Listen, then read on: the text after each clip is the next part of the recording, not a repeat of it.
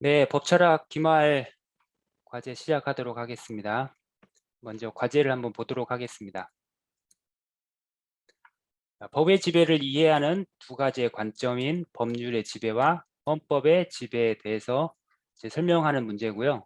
또 벤담의 법 실증주의, 피니스의 자연법 이론, 또 법 형성적 해석의 유형들이 6가지가 있는데 유추 해석, 물론 해석, 반대 목적론적 축소, 목적론적 확장, 법 원리에 의한 보충, 이렇게 6가지에 대해서 설명하는 내용인데요.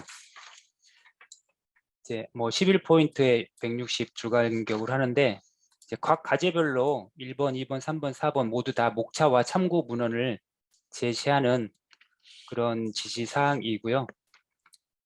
아마 목차를 또 쓰면은 분량이 뭐 1매 이상 한 문제당 하면 총 이제 6매 내외가 되는데 목차와 참고 문헌까지 같이 넣으면 뭐 충분히 될 것 같고요. 자, 이제 1번부터 한번 보도록 하겠습니다. 법의 지배를 이해하는 두 가지의 관점이 이제 법률의 지배와 헌법의 지배가 있는데 이것들에 대해서 설명을 하는 문제인데요. 모든 문제들에 대해서는 항상 처음에 시작을 그 각각이 가지고 있는 정의를 먼저 개념을 잡아주고 그리고 본론으로 들어가는 게 순서일 것 같고요. 그래서 이제 이거를 뭐 목차를 서론, 본론, 결론으로 나누게 되면 서론은 우리가 문제에서 나왔던 그 문제를 그대로 제기를 해주면 되죠. 법의 지배를 이해하는 두 가지 관점이 법률의 지배와 헌법의 지배가 있는데 뭐 이것들에 대해서 알아보는 게 우리가 지금 하려는 내용이기 때문에 서론에서 이렇게 잡아주면 되고요. 이제 본론에서는 이 법률의 지배가 무엇인지, 헌법의 지배가 무엇인지를 이제 밝혀주면 되겠죠. 그리고 결론에서는 이제 뭐 요약해서 법률의 지배는 이거고 헌법의 지배는 이거다라고 이렇게 결론을 내려주면 될 것 같습니다. 자, 본론을 한번 들어가 보겠습니다. 법의 지배를 이해하는 두 가지 관점. 그러면 법의 지배가 무엇인지 먼저 한번 설명을 해주는 게 시작이 되겠죠. 그래서 법의 지배가 무엇인지 우리 교재에서는 우리 교재 17페이지에 이 내용이 나와 있는데 이제 법의 지배는 말 그대로 법에 따라서 통치하는 것, 즉 달리 말하면 이제 법치라고 할 수가 있습니다. 이 법의 지배를 얘기할 때 좀 두 가지를 그 대척점에 있는 두 가지를 같이 설명을 해주는 게 좋은데요. 우리 교재 11페이지에 그 내용이 나와 있습니다. 사람의 지배와 법에 의한 지배, 이 두 가지가 법의 지배를 설명할 때 이 두 가지를 구별해서 설명을 비교를 해주면 법의 지배에 대한 조금 더 명확한 설명이 될 것 같습니다. 사람의 지배는 이제 우리 교재 11페이지에 나와 있는 내용인데요. 국가 권력을 장악한 집단의 사람들이 사람들을 자의적으로 지배하는 것을 우리가 사람의 지배라고 하죠. 여기에 비교해서 법의 지배는 이 사람의 자의적인 지배가 아니라 바로 법에 따라서 통치하는 것, 그 법의 지배다. 그리고 이러한 사람의 지배는 자신들의 이익에 맞게 조정을 하는 것인데 이게 이제 그 법의 지배와 구별이 되는 부분이고요. 또 다른 하나가 이제 법에 의한 지배가 있습니다. 이게 우리 교재 11페이지, 12페이지에 이제 걸쳐서 나와 있는 내용인데 법에 의한 지배는 법을 통치의 수단으로 사용을 하는 건데 여기서 중요한 거는 이런 국가 권력 또는 통치자들이 법 위에 군림한다는 내용이죠. 지배의 주체인 권력자들이 법을 단순 수단으로 사용하고 자신들은 이 법에 대해서 지배를 받지 않는 거죠. 이게 바로 법의 지배와 이제 구별이 되는 부분입니다. 그래서 법의 지배는 그 통치자 권력들도 법에 따라서 통치되는 것, 즉 법 위에 어떤 것도 없는 것, 이거를 법의 지배라고 한다. 다시 말하면 쉽게 얘기하면 법치다. 라고 이제 법의 지배에 대해서 먼저 설명을 해주고, 자, 법의 지배는 이렇게 되는데 그렇다면 이러한 법의 지배를 이해하는 이제 두 가지 관점, 이제 실제적으로 문제에서 제기한 부분을 이제 설명을 해야 되는 부분인데요. 이제 법률의 지배와 헌법의 지배로 나누어 볼 수가 있는데 우리 교재 17, 18페이지에 이 내용에 대해서 자세하게 나와 있습니다.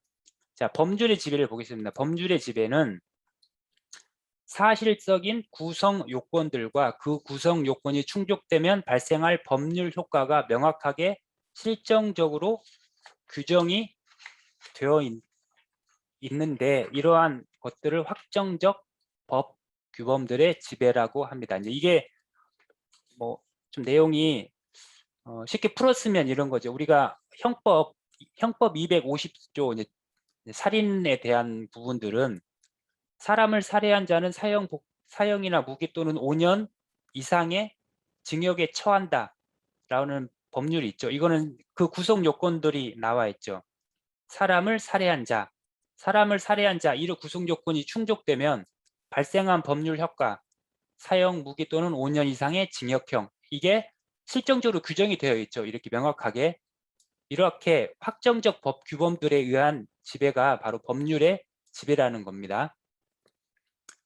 다시 얘기하면 미리 그 법이 충족되는 그 법 규범의 요건들이 정해져 있고, 이 요건들이 어떤 개별 사안이 이 요건에 충족이 되면 바로 거기에 대한 법률 효과가 또 그 법률 효과에 대해서도 법 규범 안에 실질적으로 규정이 되어 있는 것, 이제 확정적으로 규정이 되어 있는 법 규범들이 규범들의 지배가 법률의 지배고, 이러한 법률의 지배는 법 실증주의 관점에서 바라보는 법의 지배입니다. 법률의 지배가. 다시 얘기하면 우리 이 법철학이라는 학문이 어떤 학문이냐면 결국은 법을 어떻게 바라봐야 되느냐, 법을 바라보는 관점에 대해서 공부하는 그 이제 과목 학문이거든요. 그래서 전체적으로 모든 내용들이 과목에 있는 그 내용들이 법이 무엇인가를 계속해서 질문하고 그 해답을 찾아가는 그 과정인데, 법률의 지배는 법 실증주의 관점으로 법을 바라보는 그런 지배를 법률의 지배라고 합니다. 법 실증주의는 뒤에 이제 우리가 벤담하고 또 자연법론 피니스 할 때 다시 한번 설명을 좀 자세하게 보겠습니다. 법 실증주의는 이제 말 그대로 있는 법, 현재 인간이 만들어 놓은 있는 법의 지배를 말하는 거고, 그 실정 법률의 지배를 말하는 거고, 이거는 이제 법이 갖춰야 하는 절차와 형식을 중요하게 생각하는 관점입니다. 이 법률의 지배는. 그러니까 그 법 자체가 좋은지 안 좋은지 이런 것들은 판단을 안 하는 거죠. 그 내용에 대한 판단은 전혀 하지 않고, 즉 좋은 법, 나쁜 법 판단을 전혀 하지 않고 단지 절차와 형식을 중요하게 생각하는 그러한 이렇게 법을 이해하는 것들을 법률의 지배라고 한다. 그래서 법률의 지배는 법을 제정하거나 개정하고 또 법을 집행하는 국회와 행정부의 역할을 중요하게 생각을 하고요. 법률의 지배는 이러한 법률의 지배를 형식적인 법치주의 또는 법률주의라고 얘기를 합니다. 우리 이게 교재 17페이지에 나와 있는 내용들을 정리한 내용이고요. 이런 것들을 우리가 법률의 지배라고 한다. 법의 지배를 바라보는 관점 중에 법률의 지배는 이제 이러한 관점을 가지고 있고, 그렇다면 헌법의 지배는 일정한 도덕적인 요청 또 정의의 요청을 충족하는 법의 지배다. 우리가 법률의 지배에서는 이제 확정적 법 규범, 현재 있는 법의 지배를 법률의 지배에서는 법의 지배라고 바라봤다면, 이 헌법의 지배 또는 상위법의 지배는 그 있는 법이 아니라 도덕적인 또는 정의에 맞는 충족하는 법의 지배를 말한다. 그리고 실정법으로 표현되지 않은 법의 가치나 원리가 국가 권력 작용을 지도하고 규제한다는 의미다. 우리 교재에 나와 있는 내용이었고요. 법이 있는 법이 아니라 법이 그 가치나 원리, 법 자체도 그 가치나 원리에 따라야 된다는 거죠. 이제 이런 것들은 비법 실증주의 관점에서 바라보는 법의 지배라고 할 수가 있습니다. 그래서 법률의 지배는 법 실증주의 관점에서 바라본 법의 지배, 또 헌법의 지배는 비법 실증주의, 달리 얘기하면 자연법론이라고 하는데요. 비법 실증주의에서 바라본 법의 지배라고 할 수 있고, 실정법, 현재 있는 이런 실정법보다는 그 위에 있는 가치, 이 실정법 자체도 그 위에 이상의 그 가치나 법의 그 이상에 의해서 실정법의 지배를 돼야 된다라는 관점이 헌법의 지배 또는 상위법의 지배라고 할 수 있습니다. 우리가 절차와 형식을 법실증주의, 즉 법률의 지배에서는 중요하게 생각을 했는데 헌법의 지배도 절차와 형식을 받아들입니다. 중요하게 생각하지만 그것들보다도 더 위에 있는 거는 정의 또는 도덕, 윤리 이런 것들이 법의 기본적인 밑바탕이 기반이 되어야 된다라고 파악하는 관점입니다. 자, 법실증주의, 법의 지배, 법률의 지배에서는 우리가 국회와 행정부의 역할을 중요하게 생각했다면 헌법의 지배에서는 이러한 국회나 행정부에서 법을 제정하고 집행하는 이러한 것들을 감시하고 견제하고, 그러니까 얼마나 도덕적으로 정의에 맞게 하고 있는지를 감시하고 견제하는 사법부의 활동을 조금 더 강조한다는 거. 그리고 이러한 헌법의 지배를 또는 실질적인 법치주의 또는 입헌주의라고 얘기한다. 이렇게 법률의 지배와 헌법의 지배를 각각 구분을 한번 해 보았습니다. 비교해서 알아봤고요. 자, 세 번째, 그러면 조금 더 확장된 개념으로 그러면 법률의 지배와 헌법의 지배가 우리가 앞에서 법의 지배를 법치라고 그랬는데 여기에서 조금 더 확장된 개념이 법률의 지배에 의한 법치가 민주적인 법치 국가라고 한다면 그 국민의 의사를 대변하는 의회에서 법률을 제정하고 또 각각의 국가기관들이 그 법률에 따라서 통치하고 이거를 민주적인 법치 국가라고 얘기한다면 헌법의 지배의 관점에서 봤을 때는 이제 입헌적인 법치 국가가 되는데 이게 국가가 지향하는 어떤 인권 또는 법 원리, 정의 등에 따라서 의회가 법이 제대로 된 법을 제정했는지를 감시하는 그런 시스템을 갖춘 법치 국가. 이런 것들이 현재 우리 헌법재판 제도라든지 사법부가 행정 권력을 통제하는 이런 것들에서 나오고 있죠. 이런 체계에서 이루어지는 국가가 이제 입헌적인 법치 국가라고 합니다. 자, 우리나라에서는 이 법의 지배를 어떻게 바라보고 있는지 네 번째는 헌법재판소 판례에서 보이는데 이 판례는 한번 26페이지에 나와 있는 판례를 한번 보도록 하겠습니다. 우리 교재 26페이지에 나와 있고요.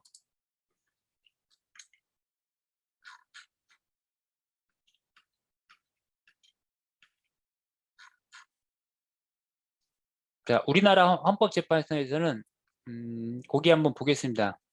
중간쯤에 있죠. 국민의 권리, 의무에 관한 사항을 법률로서 정해야 한다는 형식적인 법의 지배에 그치는 것이 아니라 형식적 법의 지배가 아까 얘기했던 이제 법률의 지배였죠. 그 법률의 목적과 내용 또한 기본권 보장의 헌법 이념에 부합되어야 한다는 실질적 적법 절차를 요구하는 법의 지배, 이게 헌법의 지배 또는 입헌주의, 상위법의 지배를 의미한다. 그래서 헌재가 93 헌박 9라는 판결을 통해서 결정을 통해서 헌법재판소가 어떤 법의 지배를 바라보는 관점을 좀 더 우선시했느냐를 확인을 할 수가 있었고요. 헌법재판소에서는 단순히 법률의 지배가 아니라 이렇게 법의 근본 원리와 법 이념의 지배, 상위법의 지배를 지향하는 결정을 한 바가 있다.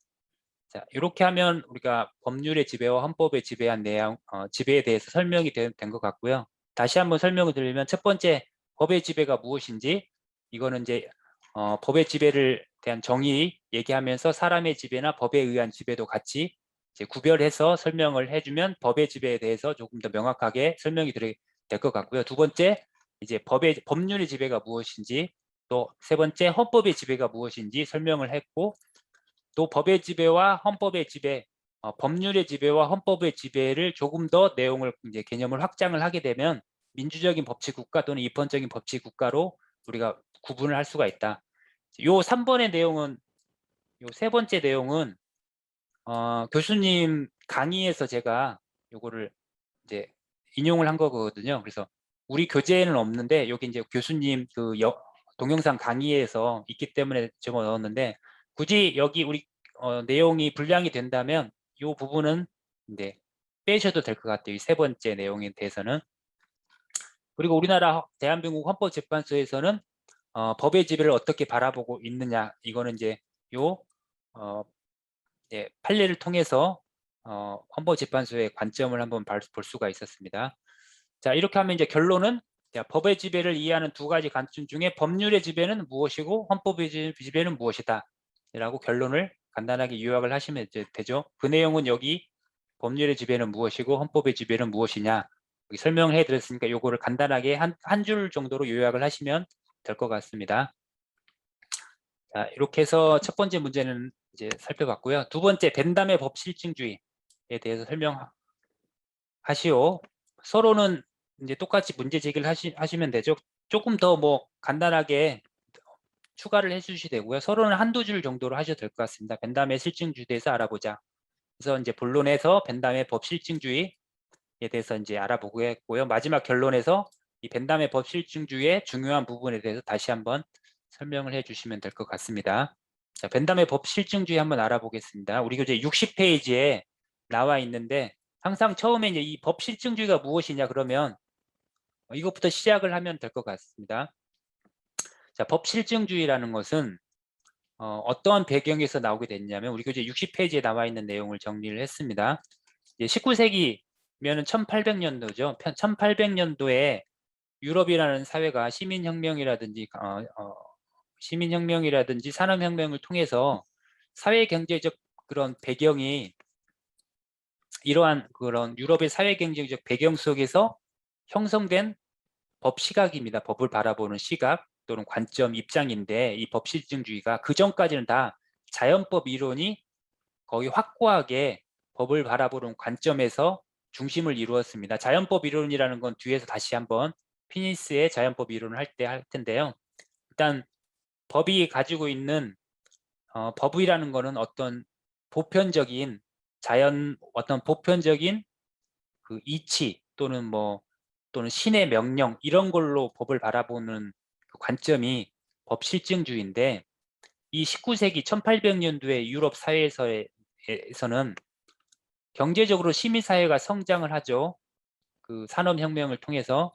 그리고 자유로운 경제활동을 보장을 하는 법체계가 요구가 됩니다. 왜냐하면 자연법론에 의해서는 자기의 어떠한 자유로운 경제활동을 보장이 받기가 힘든 그런 상황이었거든요. 왜냐하면 그 자연법론이라는 게 좀 불명확하고 예측이 불가능한 거죠. 예측이 불가능해서 이러한 내가 어떤 경제활동을 하면서 그 정확한 어떤 그 이런 걸 하게 되면 불법이다 또는 이런 게 하게 되면 적법한다. 이거에 보장하기가 예측하기가 힘들기 때문에 자유로운 경제활동이 유축이 되는데 19세기 이런 유럽 사회에서는 어떤 자유로운 경제활동 보장하는 법체계가 요구가 되었고 또 그 결과 일정한 강제력이 보장되는 어떤 실정법, 눈으로 확인이 가능한 실정법 정립이 필요하다는 요구가 있었습니다. 이러한 배경 속에서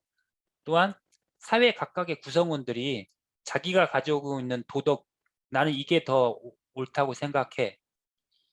이러한 도덕률 또는 자기가 지향하는 윤리 이런 게 있는데 이게 각각 개인마다 집단마다 다르게 됩니다. 이게 이제 그때의 배경이 상대주의적 입장이 조금 더 중심이 됐던 그런 시대적 배경에서 그래서 공적 규율로서의 법이 이러한 어떤 도덕이라든지 윤리 등에서부터 시작하게 된다면 정확한 그 실정법 정립이 힘들다라는 그러한 생각들이 있었고 그래서 법은 누구나 그걸 명확하고 실증적으로 인식 가능하게 하려면 이런 상대적인 윤리나 도덕으로부터 법이 시작되면 안 되겠다라는 그런 인식이 있었고요. 그래서 실정법을 만들어야겠다. 실정법은 그런데 자연법으로는 안 되고 실정법만을 그래서 법으로 보는 사상이 나오게 됩니다. 그래서 이 실정법만을 법으로 보는 사상이 바로 법실증주의라는 거. 이렇게 법실증주의에 대해서 설명을 좀 먼저 해주시면 되고요. 그래서 이 법실증주의는 그 법이 그렇게 해서 만들어진 법이 윤리나 도덕을 위반했다고 하더라도 그 법의 효력과 자격을 부인해서는 안 됩니다. 왜냐하면 아까 우리가 처음에 봤던 것처럼 아까 그 법이 좋은 법이냐 나쁜 법이냐는 이제 따지지 않는 거죠. 법실증주의에서는. 자, 이렇게 법실증주의에서 벤담의 법실증주의는 어떠한 법실증주의에 의해서 이제 여러 가지 흐름이 나타나죠. 벤담 또는 그 독일에서의 각각의 법실증주의, 또 이게 다양한 법실증주의가 나타나는데 그 중에 벤담의 법실증주의를 설명을 드리면 우리 교재 65페이지부터 나와 있는데요. 이때 영국의 법 체계를 조금 설명을 들어가야 되는데요. 이제 커먼로라는 체계가 있습니다. 커먼로.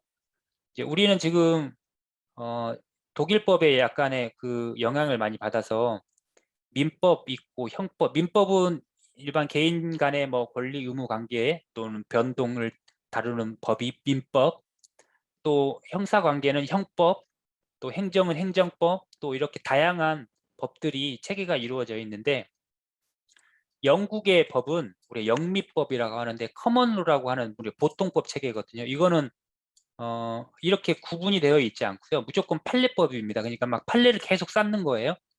그런 이제 뭐 민법, 형법 이렇게 구분을 가는 게 아니라 모든 판례를 막 쌓아서 하나의 불문헌법을 만드는 겁니다. 성문헌법이 법전이 있는 게 아니라 판례를 계속 쌓아서 하나의 커다란 법 체계를 만듭니다. 이게 이제 커먼로 체계라고 하는데요. 영국은 이 영국의 커먼로 체계가 뭐 그 당시부터 전통적인 법 체계가 있었습니다. 지금까지 계속 영국은 이 커먼로 체계죠. 불문법, 법전이 없습니다. 계속 판례를 쌓아가지고 그 체계를 이루는 이런 커먼로 체계인데, 자, 판례를 통해 형성된 법 체계인데 벤담은 이러한 영국의 커먼로 체계를 어떤 파편적이고 산만하게 형성된 법 체계라고 비난을 했고요.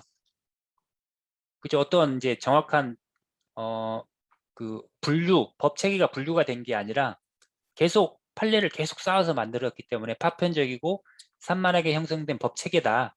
그리고 이런 커먼로 전통을 비판을 했고, 선례 구속성이라는 거는 그 옛날의 판례를 통해서 그 뒤에 일어나는 일들을 구속한다는 거죠. 그래서 새로운 지금 판사가 판결을 내릴 때 예전에 이 비슷한 사례가 있었는지 판례를 찾아서 그 판례에 따라서 판결을 해야 되는데 100% 비슷한 사항이 없으면은 그 판사가 나중에 또 사본에서 하겠지만 뭐 유출하거나 판사 자의적으로 해석을 할 수가 있죠.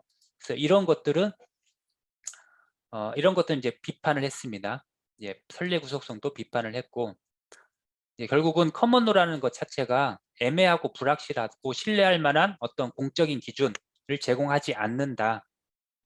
때문에 이제 의회 입법을 통해서 법 체계의 통일성을 이루어야 된다라고 강조를 했습니다. 첫 번째 영국의 법 체계에 대해서 벤담이 이러한 주장을 했고요.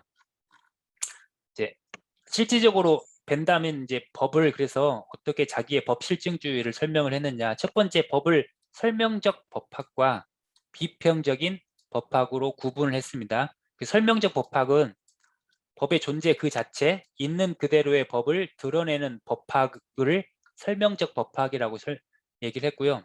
비평적 법학은 이렇게 드러난 법학을 평가하거나 또는 정당화 비판 또는 교정하는 법학, 이거를 우리가 요 내용은 교수님 그 강의에서 나와 있는 내용인데 우리 교재에서는 이걸 어떻게 설명을 했냐면, 자, 66페이지를 보시면 설명적 법학과 비평적 법학을 설명하면서 비평적 법학은 희망과 설명적 법학은 자, 그 위에서 66페이지 네 번째 줄에 보면 법의 존재 자체를 설명적 법학이라고 했고요. 법의 존재 자체를 드러내는 법학을 설명적 법학이라고 했고요. 비평적 법학은 그에 대한 이 설명적 법학에 대한 희망과 욕구라고 설명을 했습니다.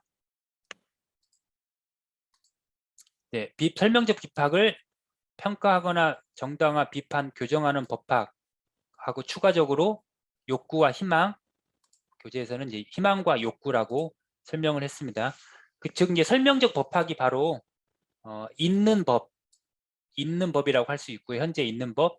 또 이 비평적 법학은 이제 있어야 할 법, 가치, 도덕이나 가치, 정의를 이제 나타내는 법이죠. 그래서 이 설명적 법학에서 벤담의 법실증주의가 나타납니다. 존재와 당이라는 거는 우리 법철학에서 자주 나오는 용어인데요. 존재라는 거는 현재 있는 존재, 즉 있는 그대로의 법을 존재라고 하고요. 당위라는 거는 이제 우리가 뭔 것을 해야만 하는다, 이런 것처럼 있어야만 하는 법을 이제 당위라고 표현합니다. 그래서 존재와 당위는 서로 구분이 돼야 된다. 즉 있는 법과 있어야 할 법이 구분이 되어야 한다고 벤담은 주장을 했고요. 또 벤담이 주장한 것 중에 가장 중요한 것 중에 명령설과 더불어 중요한 게 이제 공리주의인데요. 공리주의는 이제 최대 다수의 최대 행복이라고 하는데, 이 공리에서 이 공자가 우리가 공공자가 아니라 우리가 공을 세운다 할 때 그 공자거든요. 그래서 공리라는 게 보통 생각하면 어떤 공공의 이익 이렇게 생각을 하지만, 여기서 공리는 이런 공공의 이익이 아니라 그냥 자기가 세우는 공과 이익입니다. 그래서 이거를 그냥 이익이라고 보시면 되고요. 그러니까 이익이 있는 쪽으로 모든 게 흘러간다라는 게 벤담의 공리주의입니다. 그래서 이익은 다른 말로 이제 표현을 하면 뭐 쾌락이거나 행복이거나 이렇게 들어가는데요. 법 질서나 국가가 이러한 공리주의에 의해서 흘러가야 된다, 또는 이제 지도해야 된다는 얘기죠. 그래서 국민의 행복을 지향을 해야 된다. 법 제도나 사회 질서가 모두 국민의 행복, 공리를 지향을 해야 된다. 그리고 국민의 공리와 행복은 최대 다수의 최대 행복, 가장 효율이 좋은 쪽으로 방향으로 정해져야 된다는 게 공리주의입니다. 그래서 이 벤담은 법에 있어서도 이 공리주의를 지향하는 입법을 통해 관철이 되어야 된다고 주장을 했습니다. 옛날에 커먼로라는 게 공리주의에 안 맞는다는 거죠. 모든 사람의 이익, 효용을 위해서 법이 거기에 봉사, 기여를 해야 되는데, 공리주의에 의하면 이러한 옛날 그 전통 커먼로라든지 이런 것들은 공리주의에 어긋난다는 거죠. 그래서 그 공리주의에 기여하는 법, 그것은 입법을 통해서만 관철이 된다. 즉 판례법이나 관습법을 통해서는 달성이 안 된다라는 게 공리주의를 통해서 주장을 한 거고요. 벤담이. 또 가장 중요한 게 벤담은 법 명령설. 벤담이 가장 중요하게 벤담의 법 실증주의에서 가장 중요한 건 법 명령설인데, 법 명령설이라는 게 무엇이냐?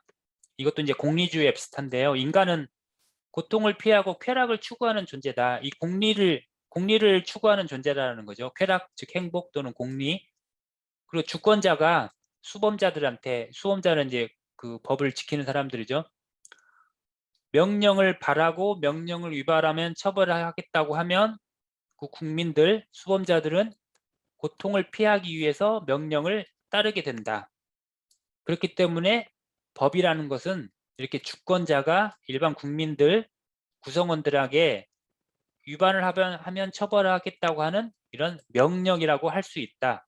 그래서 법은 명령이다 라는 주장이 벤담의 법실증주의에서 가장 중요한 법 명령설입니다.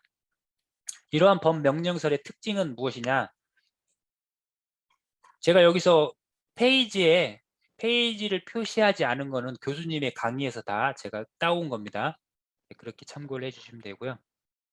그 교수님 강의에서는 법명령설에 대해서 자세하게 설명은 좀 안 들어가 있더라고요. 법명령설의 특징은 66페이지 하단에서 67페이지에 걸쳐서 있는데요.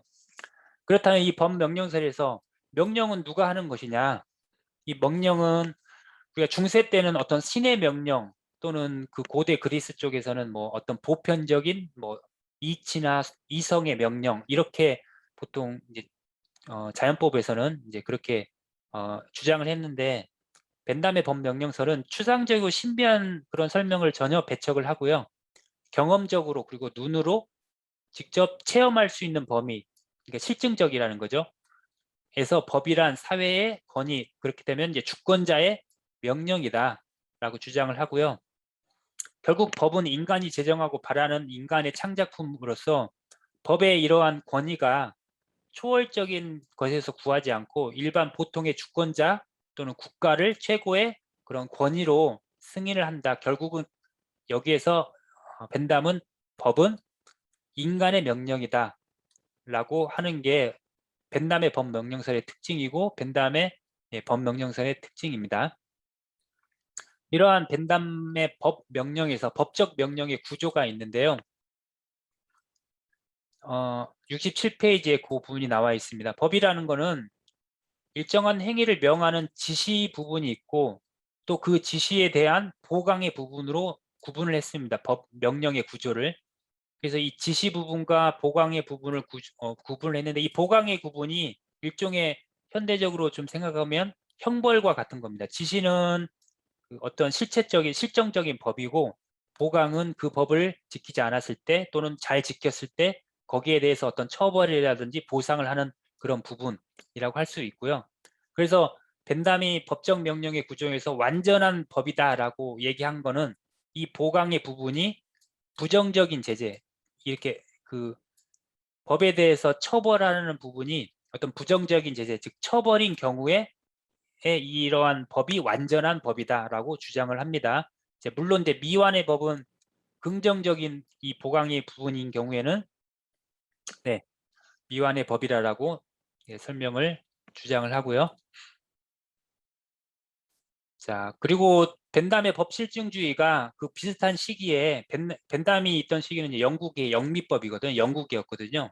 그 시기에는 이제 독일에서도 비슷한 법실증주의가 나왔는데 이런 독일의 법실증주의와 벤담의 법실증주의가 어떻게 차이가 나는지 우리 교재에 나와 있는데요. 법 해석적인 측면에서 독일은 개념법학, 일반법학이라는 그런 법실증주의가 발달하게 됐는데요. 개념법학이라는 거는 우리가 배우는 민법에서도 권리가 무엇인지, 의무가 무엇인지, 또는 우리가 권리의 주체가 무엇인지, 객체가 무엇인지 이렇게 하나하나 그 개념들을 세세하게 파악을 하고 이 파악한 그 개념 위에서 계속 법학을 계속 쌓아가는 그런 이론을 전개하는 그런 이제 원리인데요. 독일이 바로 이런 개념 법학이라는 그런 법학을 완성을 하고 발전을 시킨 나라인데 이렇게 독일은 법 해석적인 측면에서 개념 법학이라는 좀 엄격한 이론을 전개했다고 한다면 그러한 법 실증주의가 있다면 벤담의 법 실증주의는 그 독일의 법 실증주의만큼 그렇게 엄격하게 법 해석을 따르지는 않는다라는 게 첫 번째 특징이고요. 두 번째는 독일이 법 체계의 내용을 좀 체계화하는 데 주력을 했다. 현재 우리나라의 대륙법이 갖고 있는 특징이죠. 법 체계가 되게 체계화되어 있죠. 민법, 형법, 행정법, 뭐 헌법 이렇게 법 체계가 체계화되어 있고 또 상위법인 헌법에서 그 하위법인 법령들을 다 관리를 하고 또 하위에서는 또 그 하위에 또 규칙이라든지 명령이 있고 이렇게 법 체계가 있는데 이런 독일의 법 체계가 이런 내용을 체계하는 데 주력한 반면에 벤담의 법 실증주의는 법의 규범성 자체에 대한 분석, 즉 분석 법학에 좀 주력을 했다라는 거 그런 차이가 있고요. 또 법의 효력적인 측면에서 독일은 사회 심리적 승인이라든지 또는 근본 규범이라든지 이러한 것들을 법 효력의 근거로 했다면 벤담은 주권자의 명령이다. 법의 효력의 근거를 법 주권자의 명령으로 에다 중심을 두었다라는 이런 세 가지 차이점이 있습니다. 자, 이렇게 해서 벤담의 법 실증주의에서 알아봤는데요. 다시 한번 좀 정리를 해드리면 첫 번째 법 실증주의가 무엇인지 설명을 좀 해주시면 되고요. 또 벤담의 법 실증주의를 설명하면서 먼저 벤담이 있던 그런 영국의 법 체계에 대해서 배경을 설명하면서 영국의 법 체계를 벤담이 비판을 하고 또 의회를 통한 입법을 중요하게 생각했다라는 거 그리고 벤담의 법실증주의에 들어가서 법을 설명적 법학과 비평적 법학으로 구분을 하면서 설명적 법학 안에 벤담의 법실증주의가 나타난다는 거. 또 벤담은 공리주의로서 이 법 자체가 공리를 지향하는 법이어야 되는데 그런 공리를 지향하는 법은 입법을 통해서 관철시킬 수 있다라고 주장했고, 또 가장 중요한 법 명령설, 법은 주권자의 명령이라는 거 라고 주장을 했습니다. 법실증주의, 벤담의 법실증주의의 가장 중요한 부분이고요. 또 범담의 법실증주의 법명령설의 특징은 법은 어떤 추상적이고 또는 신비한 것으로부터의 명령이 아니라 인간의 명령이다. 주권자, 즉 인간의 명령이다. 그리고 이런 법명령설의 법적 명령의 구조는 지시 부분과 보강 부분이 있는데, 완전한 부분은 바로 이 보강 부분이 부정적인 제재로 이루어진 경우에 완전한 법으로 완전한 법이라고 이제 벤담은 주장을 했습니다. 그리고 독일의 법실증주의의 차이점은 법 해석적인 측면에서 독일만큼 엄격한 해석을 따르지 않았고, 또 독일이 그 내용을 체계화하는 데 좀 주력했다면 ben담은 그 규범성 자체에 조금 더 주력을 했다는 것. 또 효력적인 측면에서 독일이 법의 효력의 근거를 사회 심리적 어떤 승인이라든지 근본 규범으로 중점을 뒀다면 벤담의 법 효력은 주권자의 명령에 또 초점을 뒀다는 게 독일의 법 실증주의와의 차이점입니다. 자, 결론. 벤담의 법 실증주의는 법명령설이라는 거죠. 벤담의 법 실증주의는 법명령설이고, 법명령이라는 건 주권자의 명령, 다시 말하면 인간의 명령이다. 그리고 법은 의회 입법을 통해서 이루어져야 된다. 네, 이렇게 간단하게 정리를 하시면 될 것 같습니다.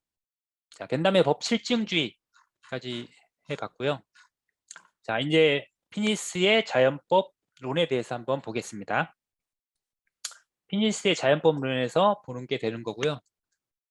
자, 피니스의 자연법론은 똑같이 자연법론이 무엇인지 먼저 설명을 해야겠죠.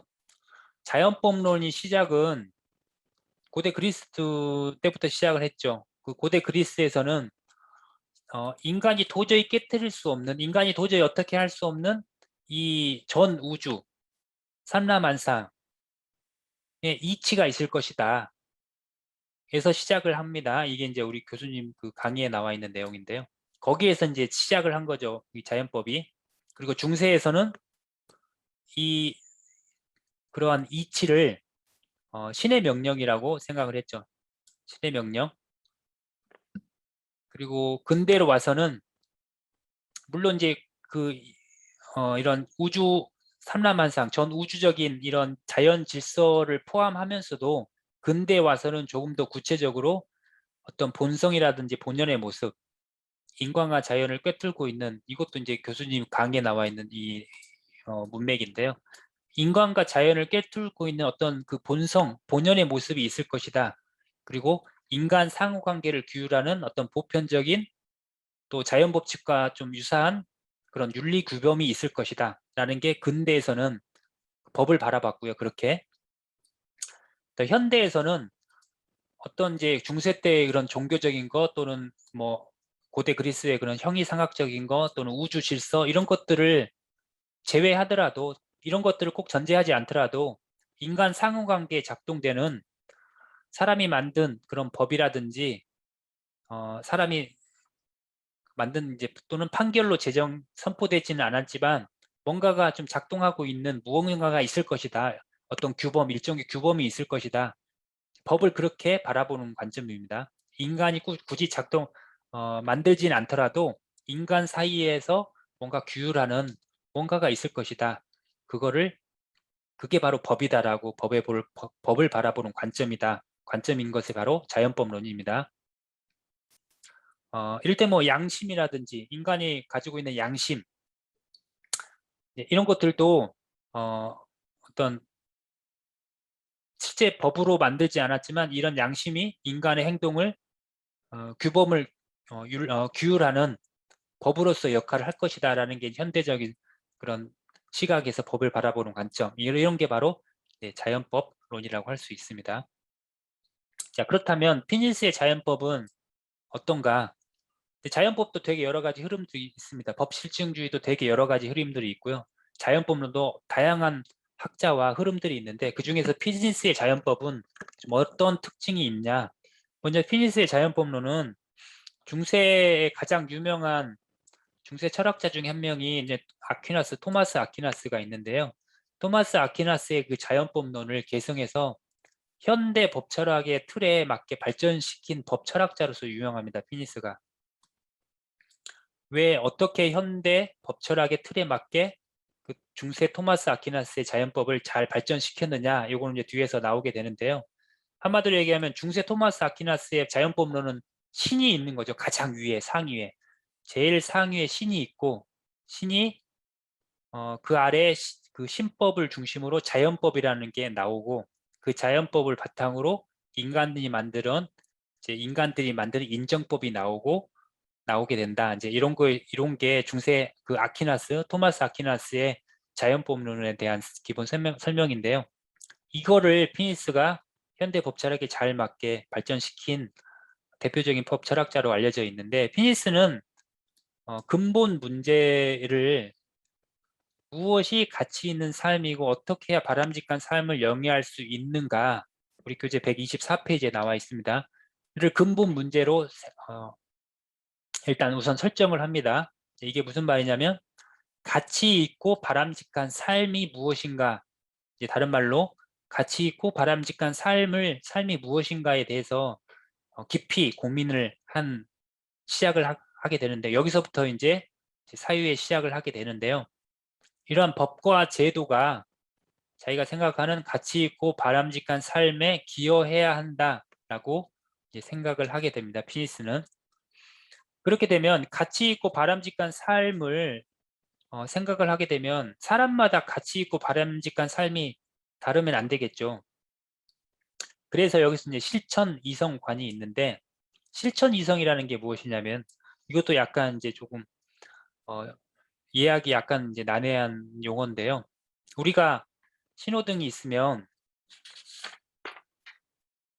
사람이 차가 전혀 지나가지 않을 때, 차가 전혀 지나가지 않을 때 빨간불인데 건널까 말까 막 이렇게 고민을 하게 되죠. 이때 건너면 교통법규를 어기는 거니까 이건 내 행동이 타당한 행동은 아닐 것 같다라고 생각을 하게 되는데, 이렇게 무엇이 타당한 행위 근거이고 무엇이 타당하지 않은 행위 근거인지를 판단을 할 때 작동하는 이성을 실천 이성이라고 합니다. 쉽게 얘기하면,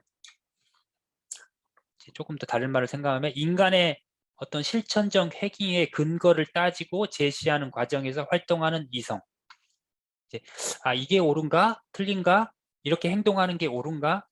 이렇게 행동하는 게 잘못된 행동인가를 판단을 할 때 이제 그때 이렇게 활동하는 이성을 우리가 실천 이성이라고 하는데, 이렇게 가치 있고 바람직한 삶을 이제 피니스가 생각을 했는데, 이렇게 바람직하고 가치 있고 바람직한 삶을 생각을 할 때 중요한 건 실천 이성관을 어떻게 관점을 갖느냐에 따라서 달라지게 됐죠. 그래서 피니스는 도구적인 실천 이성관을 비판을 합니다.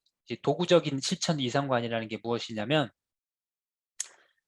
실천 이성이 객관적으로 판별할 수 없고 개인의 욕구나 기호에 따라서 달라지게 되는 주관적인 성격을 도구적인 실천 이성관이라고 합니다. 즉 이제 주관적인 욕구가 실천 이성의 근본적인 단위라고 생각하는 게 도구적인 실천 이성관이고요. 피니스는 이런 도구적인 실천 이성관을 비판을 하죠. 아까 얘기했던 이제 차가 지나가지 않는데 빨간불일 때 차가 없는 그 도로에서 건널목에서 신호등이 빨간불일 때 건너갈까 말까 행위의 타당 근거는 건너가지 않은 게 타당한 근거죠. 이건 모든 사람들이 생각할까요? 도구적 실천 이성관에서는 그거는 그 사람의 욕구에 따라서 옳은 일과 다른 일이 다 다르다, 이렇게 생각하는 게 도구적인 실천 이성관입니다. 하지만 이제 피니스는 객관적인 선이 있다고 생각을 하는 거죠. 그거는 건너가지 않는 게 건너가지 않는 게 합당한 것이고, 이거는 모든 사람들이 누구나 상관없이 맞는 거다. 이제 이렇게 생각하는 게 피니스가 생각하는 실천 이성의 관점이었습니다. 즉 객관적인 선이 있고 이러한 가치 있고, 피니스가 생각하는 가치 있고 바람직한 삶은 이런 선에서 출발을 해야 된다라고 주장한 게 피니스의 실천 이성관이었고요. 결국은 국가가 그런 사회 구성들한테 어떤 행위를 요구 금지 허용하는 그런 법 규범이라든지 그런 법 제도를 제정을 할 때 어떤 법이 그렇게 국가가 제정하는 법 규범이라든지 제도가 정당한가 아니면 정당하지 않는가라는 그런 물음들은 이 실천 이성 관점과 실천 이성과 관련되는 문제이죠. 그래서 실천 이성에 대한 고찰이 필요하게 되고, 이러한 실천 이성에서는 도구적인 실천 이성과는 안 된다라는 거죠. 그래서 그 어떤 객관적인 선이 있다라고 생각하는 실천 이성관, 거기에서부터 시작을 해야 된다라는 게 피니스가 가지고 있는 생각이었고요. 그리고 이제 가장 중요한 게 피니스에서는 이런 기본 가치가 가장 중요한데요. 아까 말한 것처럼 피니스가 가장 근본 문제로 삼았던 가치 있고 바람직한 삶에 기여하는 어떤 기본적 객관적인 선이 있고, 그 객관적인 선 중에서 가장 기본이 되는 선들을 고른 게 바로 인간의 기본 가치라고 할 수 있고요. 여기에서 이제 좀 용어가 좀 통일이 돼야 되는데요. 다양한 용어를 씁니다. 선이라든지 가치는 같은 얘기로 지금 피니스에서는 사용을 합니다. 또는 굿, 좋음, 가치, 선, 굿, 좋음 다 같은 의미로 쓰인다는 거를 참고를 하시면 될 것 같고요. 아무튼 이제 피니스는 가치 있고 바람직한 삶은 기본적인 선에서 시작하고 객관적인 선에서 시작하고, 이러한 객관적인 선들 중에서 가장 기본이 되는 기본 가치를 7가지를 뽑습니다. 그 7가지 중에서 7가지로부터 모든 게 시작이 된다는 거죠. 그래서 아까 말씀드린 아퀴나스의 그 중세 아퀴나스의 자연법론을 현대에 맞게 발전시키는 게 피니스라고 그랬는데, 바로 이 기본 가치라는 게 중세 시대에 이제 신의 그 자리에 기본 가치를 갖다 놓는 겁니다. 피니스는. 그래서 모든 게 기본 가치에서부터 법이 시작된다는 거죠. 총 7가지 기본 가치를 제시를 합니다. 피니스는 생명, 건강, 삶, 노동도리, 미적 경험, 사교성과 우정, 실천적 합당성, 영성과 종교, 이렇게 7가지가 인간의 기본 가치다 생각하는, 이 기본 가치는 증명이 불가능하고 증명이 필요 없는 것, 다른 말로 자명하다라고 표현하는데요. 우리가 신이 증명이 불가능하죠. 신이 있다라는 게. 그리고 신을 증명을 할 필요도 없죠. 스스로 있는 거, 증명할 가치가 필요가 없는 거, 자명한 거죠. 즉 이제 신의 그 자리에 이러한 기본 가치를 놓는 겁니다. 피니스의 자연법론은. 그리고 이런 기본 가치로는 실질적인 어떤 도덕 규범을 바로 이끌어낼 수가 없어서 이 매개 원리를 제시를 하는데요. 그 실천적 합당성의 기본 요건을 제시를 하게 되고, 이런 실천적 합당성의 기본 요건을 통해서 실제적인 도덕 규범을 이끌어냅니다. 피니스는. 우리 교재에서는 뭐 실천적 합당성의 기본 요건으로 뭐 정합성, 인생 계획, 가치와 사람에 대한 자의적 선호, 배제, 매사의 모든 기본 가치 존중, 공동선의 추구, 자신의 양심 따르기 등이 있다라고 설명을 하고요. 그리고 또 중요하게 생각하는 게, 피니스는 공동체의 공동선을 강조를 하게 됩니다. 공동체의 공동선을 강조하게 되는데, 공동선이라는 게 다양한 각각의 개인들의 이익들을 그냥 총합으로 모아놓은 게 아니라, 한 사회의 모든 구성원들이 각자가 합당한 방식으로 인생을 영위할 수 있고, 또는 개인적 이익을 실현해 가면서 행복해질 수 있는 그런 조건들의 총체를 공동선으로 정의를 했고요. 이러한 공동선 속에서 개인들은 이런 개인들의 각각이 가지고 있는 행복들을 추구할 수 있다는 거죠. 그리고 이러한 공동선은 사회적 관계망이나 정치적 공동체를 통해서 실현될 수가 있다고 주장을 합니다. 아까 그리고 말씀드린 것처럼 공동선 속에서 인간 행복의 다양한 형태를 추구할 수 있게 됩니다. 각 개인들이. 그래서 이 법의 역할과 필요성은 이러한 공동선이 잘 실현될 수 있도록 어떤 그 사회의 그 제도와 틀을 만들어주는 거, 이게 법의 역할이고 법이 필요한 이유라고 피니스는 설명을 하는데요. 즉, 다시 얘기하면 질서가 잘 잡힌 그런 행위 조정 체계 속에서 공동선이 실현될 수 있고, 그렇게 됐을 때 가치 있고 바람직한 삶, 피니스가 가장 근본 문제로 생각했던 가치 있고 바람직한 삶이 달성이 된다. 그런데 이런 행위 조정 체계에는 그 공통된 공적 규칙, 이게 이제 법이죠. 법이 가지고 있는 어떤 권위라든지 또 그거를 실현하는 기관들이 이거를 잘 그 갈등을 규제해 줄 때 그때 이러한 체계가 잡힌다라는 거죠. 즉 법이 사회가 구성원에게 틀과 방향을 잡아주는 지침으로서의 역할을 해주는 거. 결국은 다시 말하면 법이라는 그런 공적 규칙을 제도화하고 또 그런 규칙을 재정, 집행정 또 적용하는 그 기관도 제도화하는 것이 공동선을 실현하는 가장 필수적인 것이다. 그래서 법은 기본 가치 실현을 위한 행위 조정의 역할을 해야 되고 그런 역할을 위해서는 법이 필요하다.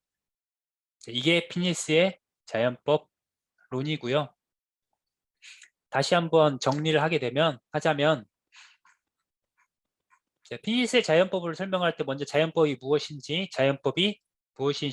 대해서 설명을 해주시고요. 그리고 피니스가 생각하는 가장 근본 문제, 가치 있고 바람직한 삶, 그 삶은 법과 제도가 이런 가치 있고 바람직한 삶에 기여를 해야 한다고 주장을 하고요. 그리고 이런 가치 있고 바람직한 삶을 설명을 하려면 실천 이성에 관한 문제가 먼저 정립이 돼야 된다. 실천 이성을 어떻게 바라보느냐에 따라서 가치 있고 바람직한 삶이 정립이 될 수 있다. 하지만 거기 중에 도구적인 실천 이성과는 배제를 시켜야 된다. 비판을 했습니다. 즉 도구적 실천 이성과는 어떤 가치나 이런 것들은 사람마다 다르고 그 사람의 주관적인 욕구나 또는 그런 소망에 따라서 달라진다. 라는 그런 실천 이성관인데요. 이거를 이제 비판을 하고 피니스는 어떤 그 실천 이성의 근본 단위로 객관적인 선을 제시를 하고 객관적으로는 선이 있고 이 선으로부터 가치 있고 바람직한 삶이 시작이 돼야 된다. 그리고 이런 객관적인 선 중에서 가장 기본이 되는 기본 가치를 이제 정립을 하게 되고요. 이런 기본 가치가 결국은 아퀴나스가 설명했던 그런 어떤 신적인 그런 영역에서의 신적인 영역과 같은 것이다. 그리고 이런 기본 가치로부터 바람직하고 가치 있고 바람직한 삶이 시작이 될 수 있다. 그리고 이런 기본 가치는 여기서부터 실제적인 어떤 규범을 바로 이끌어낼 수가 없기 때문에 이러한 기본 가치로부터 구체적인 이제 규범을 이끌어내기 위해서는 실천적인 합당성의 기본 요건이 필요하고 실천적인 기본 합당성의 요건으로는 우리 교재에 나와 있는 이런 것들이 있다.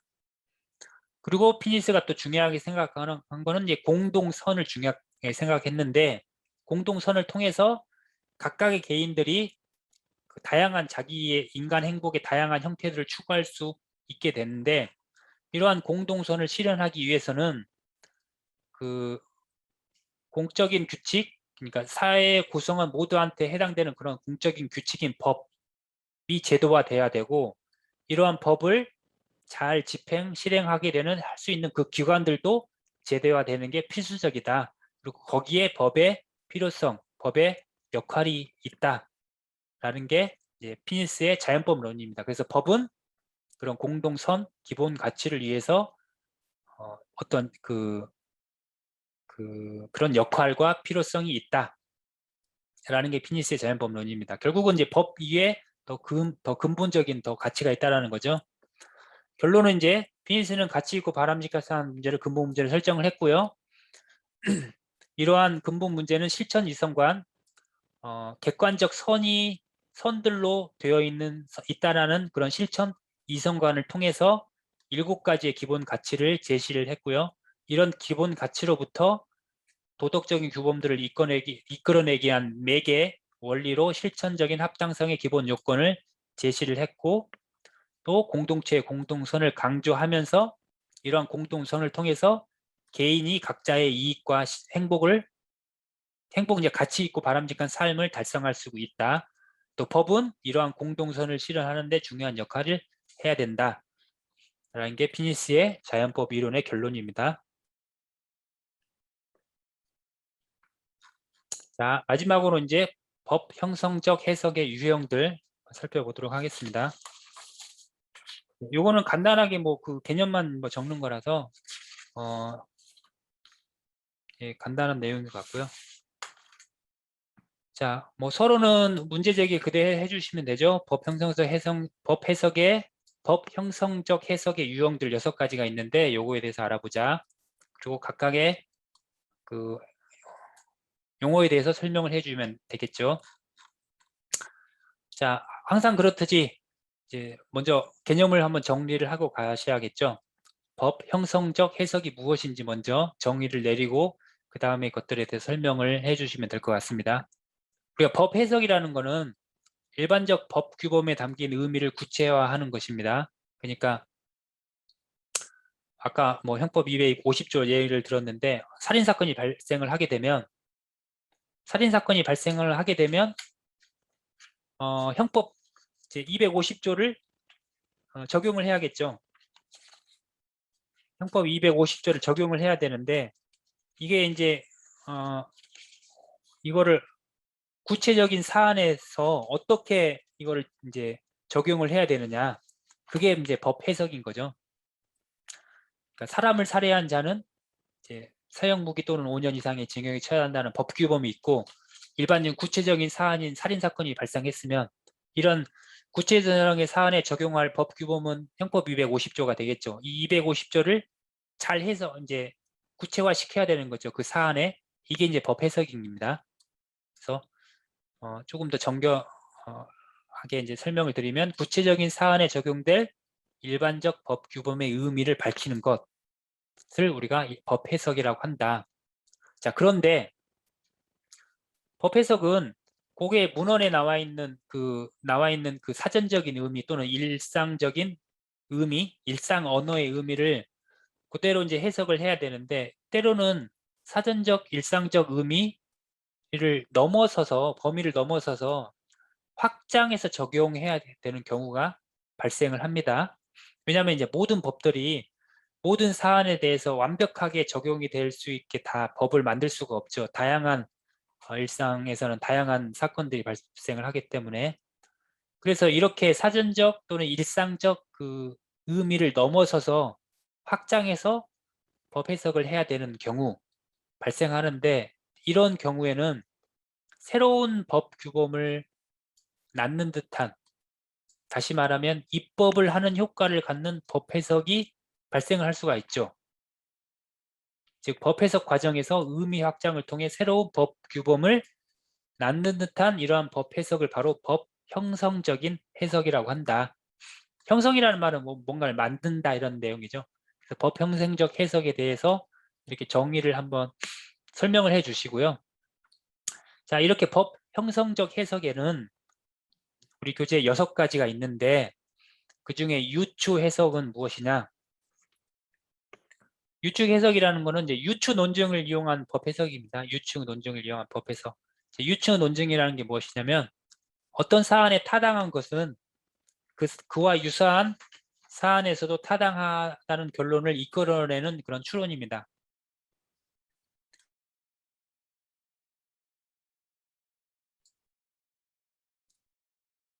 이제 유추 논증을 이용해서 그 문헌에 가능한 의미, 그러니까 사전적 의미라든지 일상적 의미를 넘어서는까지 확대하는 법 해석을 유추 해석이라고 하는데, 이러한 유추 해석은 모든 사례를 예상해서 법전을 만드는 것은 불가능하죠. 또 법률 흠결이 발생을 하고, 이러한 흠결이 발생을 하기 때문에 법전에서 제공하는 다른 유사한 사안에서 유추해서 해석할 수밖에 없게 되고요. 즉 법전의 다른 곳에서 유사한 사안에서 유추를 하는 겁니다. 다른 법전을 사용하는 게 그 법전에서 제공하는 이러한 유추 해석은 동등대우의 원칙에 기초를 하고 있습니다. 동등대우 원칙이라는 게 유사한 두 개의 사안 중에 특정한 법률 효과를 부여하고 있는 하나의 사안을 법률이 명백하게 규정하지 않은 다른 사안에 동일한 법률 효과를 부여하는 겁니다. 우리가 유추 해석의 사례가 뭐가 있냐면 예전에, 지금은 아마 이제 법이 없어졌는데 축산물 가공 처리법이라는 게 있었습니다. 축산물 가공 처리법에 보면 뭐 소나 돼지나 말, 양 이런 것들은 아무 데서나 도축을 하면 안 되고 정해진 일정한 장소에서만 도축을 해야 되고, 그렇지 않으면 이제 그 범죄가 된다는 게 축산물 가공 처리법입니다. 그런데 이제 소, 말, 양, 소, 돼지, 말, 양이었는데 누군가가 이제 흑염소를 그냥 아무 데서나 도축을 한 것 같아요. 흑염소를. 그래서 이제 아마 검사한테 기소가 된 것 같아요. 흑염소를 도축을 해서 축산물 가공 처리법에 의해서 이거는 불법 도축이다라고 이제 걸렸는데, 결국은 판단은 흑염소는 축산물 가공 처리법에 나와 있지 않죠. 거기에는 소, 돼지, 말, 양만 나와 있으니까. 근데 검사가 기소를 할 때는 이 양에 대해서는 도축을 하면 안 된다라고, 불법 도축을 하면 안 된다라고 법률 효과를 부여하고 있죠. 특정한 법률 효과를 부여하고 있는 하나의 사안, 양을 아무 데나 도축하면 불법 도축이다라는 축산물 가공 처리법이 있는데, 특정한 법률 효과를 부여하고 있는 하나의 사안이 있습니다. 하지만 법률이 명백하게 규정하지 않은 다른 사안은 뭐냐면 이제 흑염소를 도축하는 거에 대해서는 규정하지 않았어요. 근데 이거는 양을 통해서 유추를 하는 거죠. 이제 이런 것들을 유추 해석이라고 합니다. 그래서 비슷하니까 양하고 염소랑, 그래서 동일한 법률 효과를 부여하는 겁니다. 그러면 양은 불법 도축으로 해당되니까 흑염소도 비슷한 사안이니까 흑염소에 대해서는 법률 효과를 나오진 않았는데 양을 통해서 유추를 해서 할 수 있겠다라는 게 이제 유추 해석이죠. 결국은 요게 이제 유추 해석이고요. 유추 해석이 유추가 허용되는 국내법상 근거는 헌법 11조 평등 원칙에 의해서 이러한 유추 해석이 허용이 된다는 거. 이제 한 가지 유추 해석은, 형법에서는 이런 유추 해석은 허용하면 안 됩니다. 형법은 죄형 법정주의가 원칙이 우선이라서 특정한 법률 효과를 부여하고 있지 않는 형법상의 죄를 다른 죄를 통해서 유추해서 없는 죄를 만들어내면 안 되는 거죠. 그래서 유추 해석 허용 금지, 형법상으로는 유추 해석 금지의 요청이라고 하는데, 형법에서는 유추 해석은 허용 금지된다는 거. 이게 유추 해석에 대한 설명이었고요. 자, 두 번째, 물론 해석. 자, 물론 해석은 A에 적용되면 당연히 물론 B에도 적용된다는 출현 방식이 물론 해석이라고 합니다. 자, 해당 법규범이 목적에 비추어서 덜 중요한 사안에 대해서 어떤 법적 효과를 부여하고 있다면 더 중요한 사안에 대해서는 당연히 물론 그 규범이 적용된다는 그런 추론을 통해서 이제 그 법규범을 획득하는 해석 방식을 이제 물론 해석이라고 합니다. 예를 들어서 다리가 하나 있는데 다리 위에 자동차 통행 금지라는 어떤 편말이 있는데 그보다 더 중요한 사안인 이제 중장비 차량은 통행 가능하냐, 덜 중요한 자동차도 통행이 금지가 되는데 그거보다 더 무거운 더 중요한 사안이라고 할 수 있는 중장비는 당연히 물론 통행을 할 수가 없게 되겠죠. 이제 이렇게 조금 덜 중요한 사항에서 어떤 일정한 법적 효과를 부여하고 있다, 그 법 규범이. 하지만 더 중요한 사항에 대해서는 나와 있지 않아요. 그 법규범에. 하지만 그 덜 중요한 사항에서 법적 효과를 부여하고 있으니까 그것보다 더 중요한 사항은 물론 당연히 그와 똑같은 법규범을 법 효과를 부여할 것이다. 이렇게 그런 추론을 통해서 없는 법규범을 획득하는 해석 방식을 바로 물론 해석이라고 한다는 거. 자, 세 번째, 반대 해석. 자, 사안 A에 적용되는 법규범이 있는데 사안 A와 사안 B는 서로 달라요. 정반대다. 그렇게 되면 사안 B에는 그 사안 A에 적용되는 법규범이 적용되지 않는다. 이렇게 반대로 추론을 해서 해석하는 방식. 이거를 반대 해석이라고 합니다. 반대 해석의 사례는 대표적인 게 민법 3조 같은 경우에 사람은 생존하는 동안 권리와 의무의 주체가 된다라는 민법 3조가 있는데, 자, 민법 3조에 의하면 생존하는 동안이니까 그와 정반대인 태아의 경우는 어떻게 되냐? 그러면 태아의 경우에 대해서는 민법 그에서 그 민법 3조에서는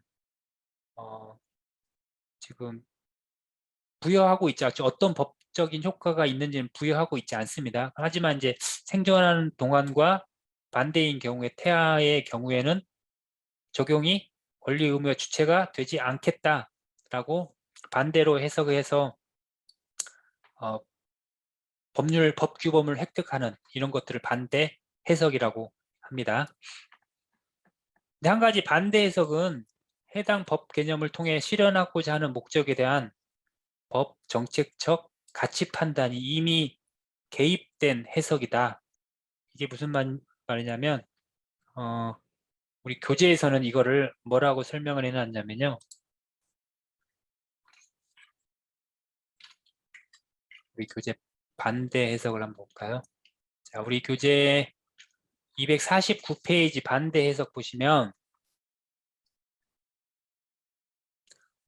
그런데 여기 반대 해석 두 번째 주보도 보시겠습니다. 그런데 이 해석 방법은 각각의 사안에 적용되는 공통된 법 개념을 포함하는 법 규범의 내용 자체의 문제로 유발되는 것이지 순수 논리적 합당성만으로 이루어지는 것은 아닐 수 있다. 태아라는 게 항상 논리적으로 권리 의무 주체된다, 적용이 안 된다라는 게 아닙니다. 논리적인 합당성으로 이게 반대 해석이 되는 게 아니라 어떤 정책적인 가치 판단이 들어가 있다는 거죠. 왜냐하면 태아의 경우도 능력이 인정되는 것과 다른 법조항이 또 있습니다. 우리 민법 1000조에 아마 그 상속에 관련된 부분에서 있습니다. 상속에 대해서는 태아는 태어난 걸로 일단은 본다는 게 제가 민법을 한번 볼까요?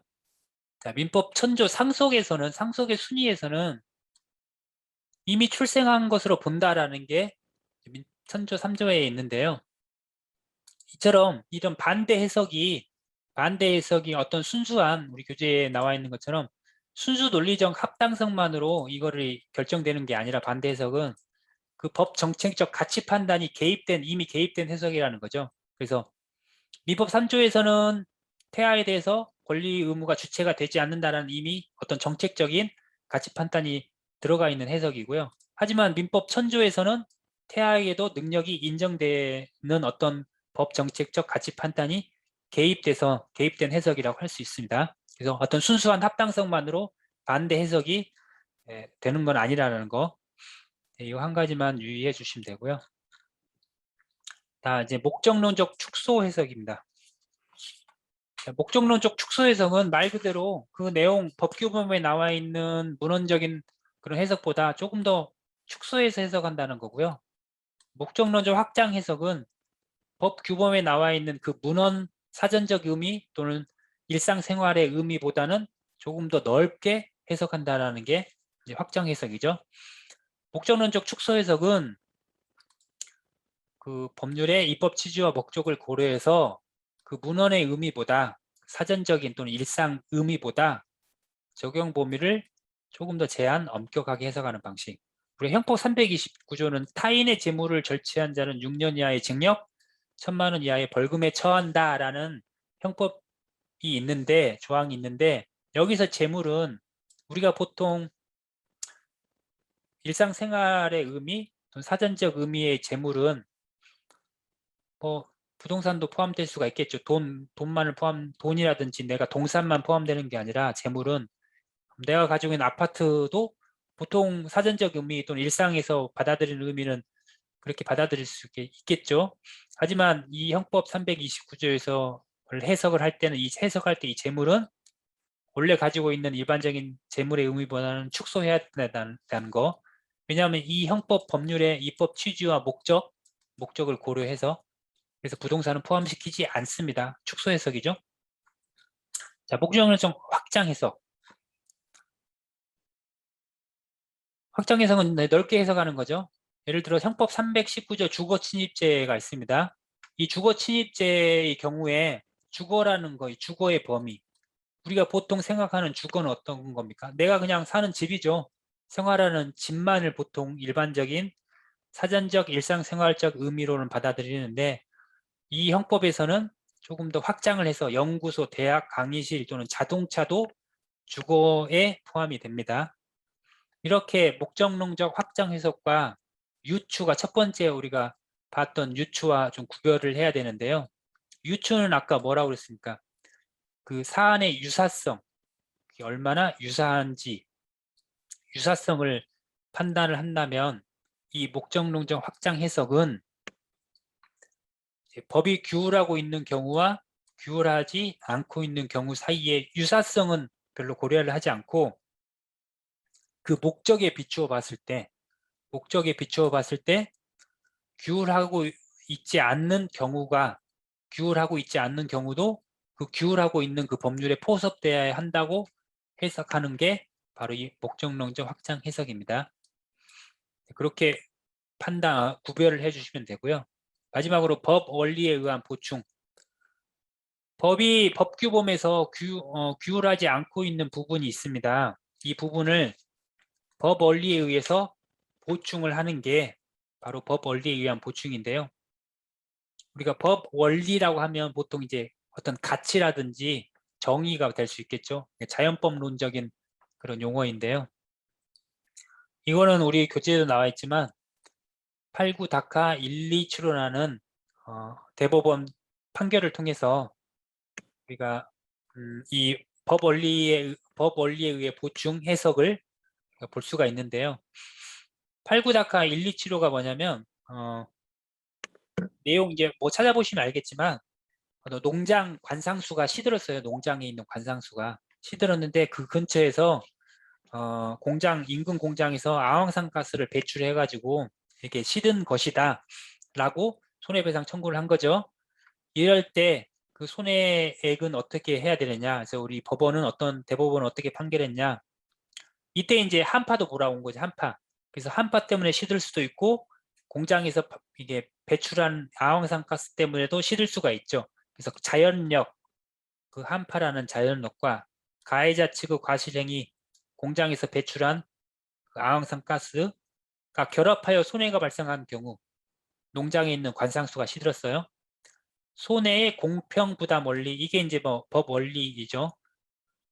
그러니까 이렇게 발생한 거에 대해서 손해배상 그 법규범에서 정확하게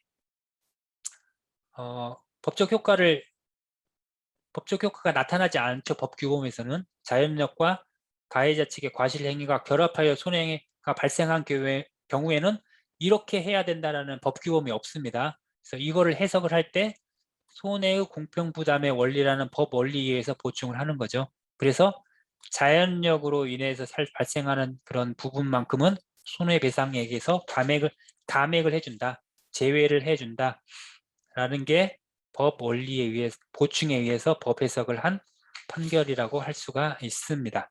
자, 이렇게 법 형성적 해석의 유형들을 살펴봤고요. 결론은 이제 뭐 아까 말씀드렸던 이 6가지를 한 줄이나 2줄을 간단하게 요약을 하시면 될 것 같습니다. 결론은 그렇게 해서 맺으면 될 것 같습니다.